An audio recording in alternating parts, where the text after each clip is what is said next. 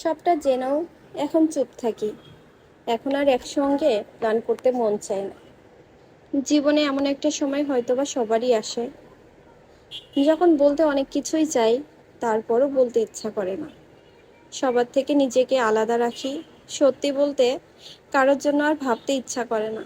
না কারো মন জয় করতে ইচ্ছা করে, না কারো রাগ ভাঙাতে ইচ্ছা করে, না কারো কোনো বিষয়ে অভিযোগ করতে ইচ্ছা করে, কারোর সাথে কথা বলতে ইচ্ছা করে না, না কারো SMS এ রিপ্লাই দিতে ইচ্ছা করে। সবার কথায় চলতে চলতে, সবাইকে বুঝতে বুঝতে আজ আমি বড় ক্লান্ত। মনে হয় এই প্রচণ্ড ভিড়েও বোধ হয় আমি খুব একা। মাঝে মাঝে মনে হয় এই স্বার্থপর দুনিয়া, সবার থেকে যত বেশি দূরে থাকা যায় ততই উপকার। তাই এখন মনে হয় এই স্বার্থপর দুনিয়াতে কেউ সাথে থাকলেও ভালো, না থাকলেও ভালো, কথা বললেও ভালো, না বললেও ভালো।